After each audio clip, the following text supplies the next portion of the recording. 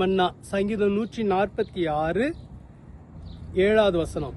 சங்கீதம் 146 7வது வசனம். அவர் ஒடுக்கப்பட்டவர்களுக்கு நியாயம் செய்கிறார், பசியாய் இருக்கிறவர்களுக்கு ஆகாரம் கொடுக்கிறார், கட்டுண்டவர்களை கர்த்தர் விடுதலையாக்குகிறார்.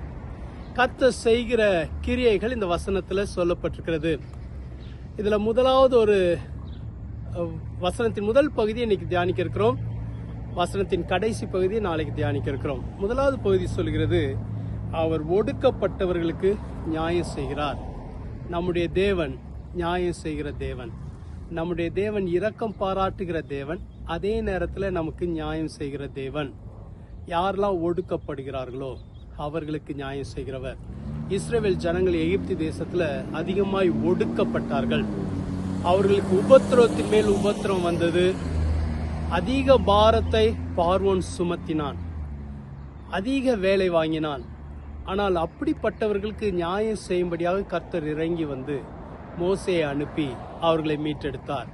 அதே போல உங்களுடைய வாழ்க்கையில நீங்க ஒடுக்கப்படும் போது உங்களுக்கு நியாயம் செய்கிற தேவன். ஏன் தெரியுமா? இஸ்ரவேல் ஜனத்தின் உபத்திரவத்தை அவர் கண்ணோக்கி பார்த்தது போல உங்களுடைய உபத்திரவத்தையும் கண்ணோக்கி பார்க்கிறார். ஒருவேளை உங்களுடைய வேலை ஸ்தலத்திலேயோ அல்லது குடும்பத்திலேயோ அல்லது வெளியிலேயோ மற்றவர்களாலேயோ நீங்க ஒடுக்கப்பட்டு கொண்டே இருக்கலாம்.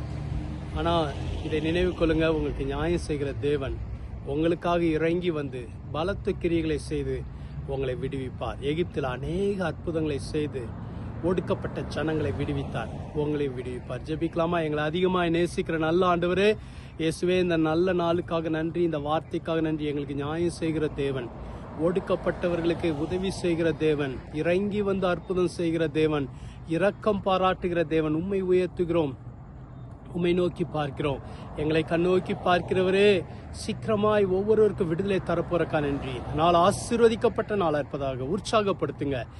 அவங்க ஜெபத்தை நீங்க கேட்கிறேன்னு சொல்கிறக்காக நன்றி. அவங்களுக்காக கிரியை செய்கிறக்காக நன்றி. ஆசீர்வதிங்க, வழிநடத்துங்க. இயேசுவின் மூலம் ஜெபிக்கிறோம் பிதாவே, ஆமென்.